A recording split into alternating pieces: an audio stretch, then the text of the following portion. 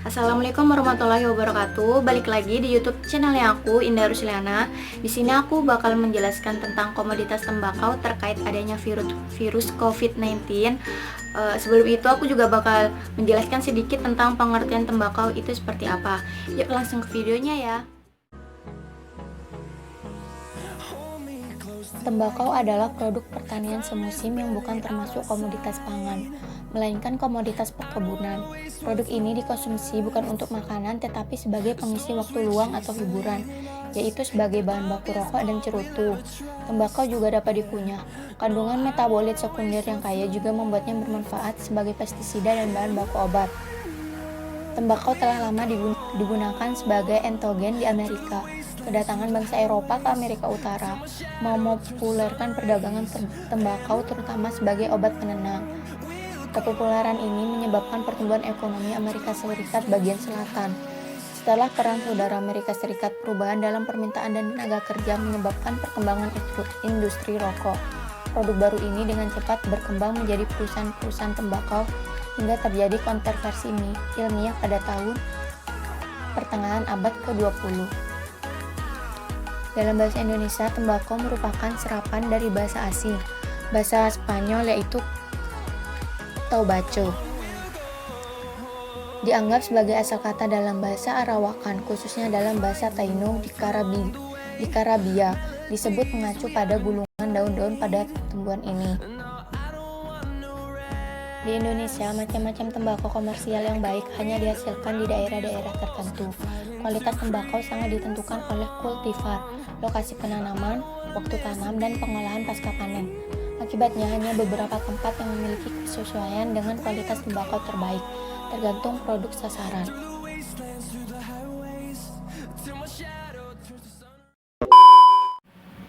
Sebelumnya aku udah menjelaskan sedikit tentang pengertian tembakau itu seperti apa. Nah sekarang aku bakal menjelaskan tentang analisa komoditas tembakau di saat wabah COVID-19. Pembahasan. Ada 4 poin pembahasan. Yang pertama itu ada permintaan dan penawaran. Yang kedua ada potensi produksi dan kondisi pasar saat pandemi. Yang ketiga ada kebijakan pemerintah. Dan yang keempat ada strategi analisis jurnal. Permintaan tembakau. PT Indonesia Tobacco (TBK) mengaku masih membukukan pertumbuhan penjualan baik di akhir tahun lalu maupun di awal tahun ini. Permintaan di pasar masih bagus, begitu pula dengan produksi dan distribusinya tetap berjalan. Bahkan sejak virus corona merebak di Indonesia, permintaan tembakau Iris Indonesia Tobacco dari pasar lokal justru meningkat 20% sampai 25% dibanding kondisi normal.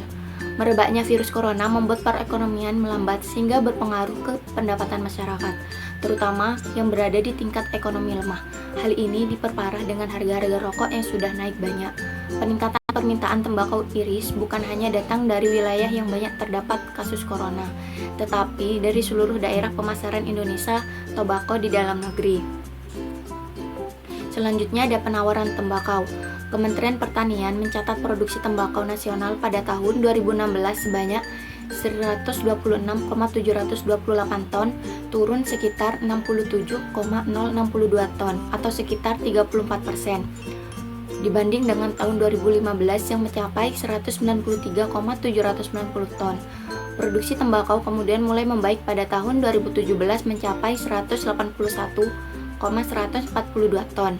Pertumbuhan produksi tembakau pada tahun 2019 diperkirakan diikuti dengan keberlanjutan impor. Mengingat tingginya kebutuhan bahan baku industri rokok, Aliansi Masyarakat Tembakau Indonesia atau AMTI mencatat kebutuhan tembakau industri bisa mencapai 330.000 sampai 350.000 ton setiap tahun. Serapan industri rokok ke petani tembakau bagus tetapi tetap akan impor untuk menutup defisit.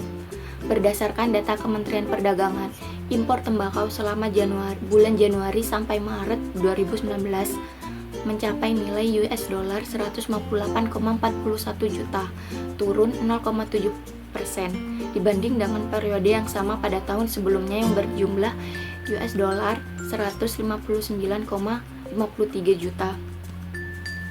Lalu ada potensi produksi tembakau. Yang pertama ada dengan adanya COVID, maka tidak dapat melakukan impor sehingga potensi produk dari dalam negeri cukup besar. Yang kedua, ekspor produk tembakau lebih tinggi dari impor. Yang ketiga, ada kebutuhan tembakau untuk pengguna pribadi masih minim. Lalu ada kondisi pasar tembakau saat pandemi. Dengan adanya COVID-19 selama hampir 2 bulan, kondisi pasar tembakau mengalami penurunan.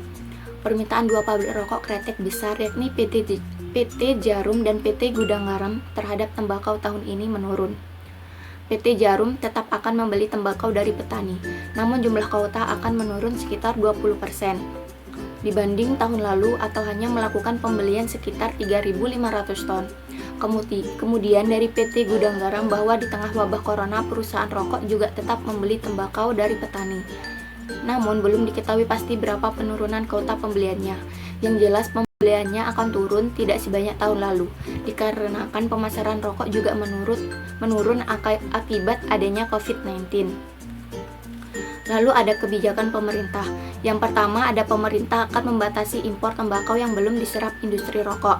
Yang kedua ada peraturan Menteri Keuangan atau PMK yang membolehkan penggunaan dana bagi hasil cukai tembakau dan dana bagi hasil sumber daya alam untuk penanganan COVID-19.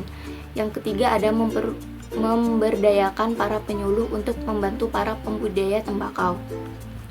Lalu ada strategi pengembangan usaha tembakau dari jurnal. Judulnya Strategi Pengembangan Usaha Tembakau Ranjangan pada Kelompok Tani Tegal Suci, Desa Yangapi, Kecamatan Tembuku, Kabupaten Bangli. Penelitian ini menghasilkan 5 alternatif strategi, yaitu yang pertama memberikan pembinaan kepada kelompok tentang cara berusaha dan memberikan bantuan secara produksi. Yang kedua ada pengembangan yang berorientasi agribisnis untuk menyerap konsumen dengan memanfaatkan lembaga keuangan untuk menambah permodalan. Yang ketiga ada melakukan promosi untuk menembus pasar yang lebih luas.